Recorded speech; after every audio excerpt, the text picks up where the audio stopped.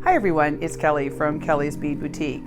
So this is another installment in my quick and easy earring series where I show you how to make a really cute pair of earrings in no time at all. If you want to see how I make them, come and join me.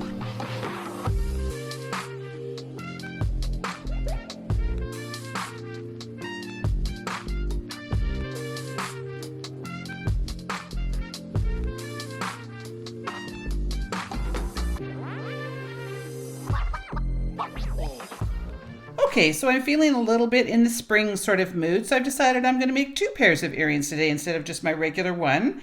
I sort of have a bit of a theme going on here, just a little bit of spring. Are we a little bit tired of winter? Because I know I am. Anyway, so today we're going to be using some 22 gauge titanium wire. I have a textured ring. I have this really cute little sunflower charm and a really lovely color combination of check glass beads of turquoise and red. And then I have some little bead caps. Now for our tools, we're going to be using our regular 4 tools. Our cutters, our bent chain nose pliers, our round nose pliers, and our chain nose pliers. So let's get started. So the first thing I'm going to do is cut myself a little bit of wire. And I've got about 5 inches or so. So now I'm going to take my chain nose pliers and I'm going to put them at the top of the wire and I'm just going to straighten it out. It just makes it a little bit easier to work with. Now I'm going to go about 1.5 inches or so down and I'm going to place my wire through the pliers and I'm going to take my thumb and I'm going to bend away and make a nice sharp 90-degree angle. I'm now going to take my round nose pliers and come in, and I need not a huge loop, but I need a little bit larger loop. And I'm going to go part way up. These are long nose ones, so if you've got the shorter one, you'll have to kind of adjust. But I'm going to go up and over towards me there and then push down with my thumb. And now I'm going to open my pliers, but I'm not going to pull them out. I'm just going to rotate so they're parallel to the table. And I'm going to take this little tail and pull straight to the back. And that will make a nice wrap loop. And if you need, you can kind of adjust it so that you end up with that perfect loop right on top of that little sort of stick. So now I want to take this little end and I'm going to run it through my charm. And I just find if you just kind of open that up with your fingernail, it helps. And now I'm going to run it through my ring. So now I'm going to turn it over. And I want to place my pliers right on the inside there. I want to have everything dangling off to the right. And I'm going to wrap it up nice and neat. So I'm going to go a couple times up. And then I'm going to work my way back down to my right hand because I'm going to create that sort of messy wrap. So I just kind of keep going around. And with those little tails like that, I can just kind of keep going. And I don't want to push too hard because I don't want to misshape everything that I just made. But that's what we've got happening so far. Okay, so now I'm going to take a bead cap and put that on. And then I'm going to take my beautiful red check glass and then my turquoise check glass and now my last bead cap. So this is what we've got happening now. So now I want to make a loop that's opposite to this one. So I'm just going to hold on to this whole piece here and I'm going to pull my wire straight over like that. I don't want to create a neck in my wire, so by going straight across like that, it will eliminate the neck. So now I want to go back to my round nose pliers and I don't need a very large loop. So I'm just going to go up and over and down and rotate those pliers and pull that to the back. Now you'll be able to see if I take that out, you see how over that is? So what you're going to do is you're going to place that barrel right back in there and make sure it's full. Like you don't want to just put it in like this. You want to make sure it's nice and full like that. And I'm going to rotate until that loop is straight up and down. So I can just keep adjusting until it's kind of straight up and down. And then I just adjust that. And then now we can wrap that up. See how perfect that goes?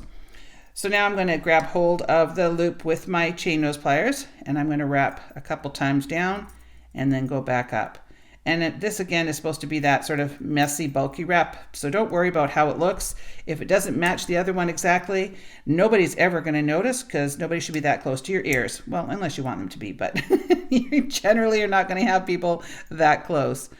So I just trimmed that off. And now with this little bit of a burr, I'm going to push that down. And then the very last thing I'm going to do is add in an ear wire, which I completely forgot in the beginning of this demo. You know, it would not be one of my demos if I didn't forget something, right? Because that's just kind of how I roll. Now I'm noticing before I put this on that this is kind of tilting over a little bit. And because I am such a perfectionist, I'm just going to take my pliers and just kind of straighten that out. And that's much better. Okay, so now I want to take my ear wire, pop that in. I think I'm actually going to switch that around. Sometimes I like a certain side better than the other. And I am going to do that up. So now I'm not going to show you the completed one. I'm going to go on to earring number 2, and then I'll show you both of them at the end. So for earring number 2, we've got some 22 gauge antique copper craft wire. I also have a beautiful check glass rondelle. I have one of TRCast's new B buttons that I absolutely love and cannot wait to use these in more projects. But as soon as I saw this, I thought, okay, we have to make earrings with that adorable little button. And that one's got a nice little shank on the back. I also have a bead cap that has a large hole, and because I have a large hole, I need to sort of plug that up a little bit. So I'm going to use one of those little 3mm faceted beads that I love to use so much. I also have a cute little oak leaf charm, a couple small 6mm, I think these are at 18 gauge jump ring, and I also have an ear wire. So let's get started. So the first thing I'm going to do is cut myself about 5 inches of wire, just like the previous one. Give that a little trim, and I never measure it. I just sort of figure that looks like about 5 inches to me. Now I'm going to go about 1/3 of the way down, and I'm going to bend away and create a nice wrap loop. So I just want to do a small one on this, so I'm going to go down towards the end of my plier, up and over and down, open my plier, rotate it so it's parallel to the table, and pull that straight back. And then I just want to make sure that that's got a nice little loop like that. So now I'm going to run that through the end of the little oak leaf. All right, now I'm going to turn that over and I'm going to wrap that up. So now I want to create a bulky wrap, so I'm just going to go down twice and then work my way back to my right hand. So it's just wrapping over top of the wraps that you did at the beginning. So we're just going to go a couple times, and then I'm going to turn that over. And using the flush side of my cutters, I'm going to come in and put my thumb on top so the wire doesn't go flying. And I'm going to trim that off. Now I want to come in with my pliers and just tuck that little burr down. We don't want anything sharp sticking out. Okay, so now we've got our little charm attached like that.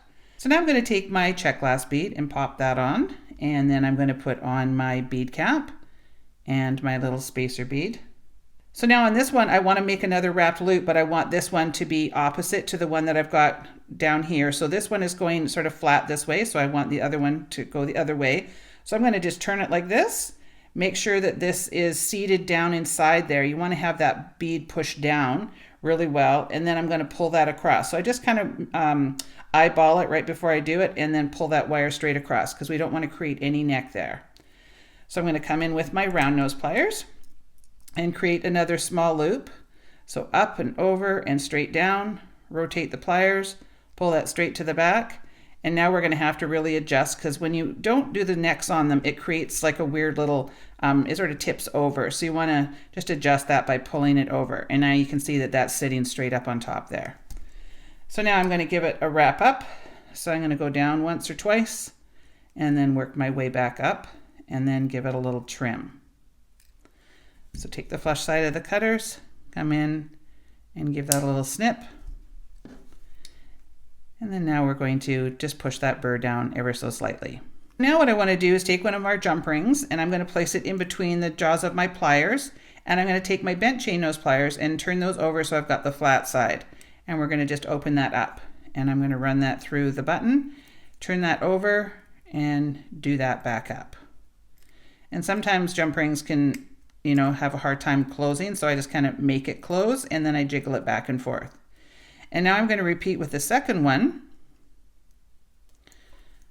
So open that up, and now I want to take my little piece that I made, and I'm going to run that through there before I put that in here. And it can be a little awkward. You sort of have to get it in the right spot to close this all up, but it's doable. All right, jockey that back into position. So before you go any further, you want to make sure that when you're adding this one on the bottom that you've got your bead going the right way.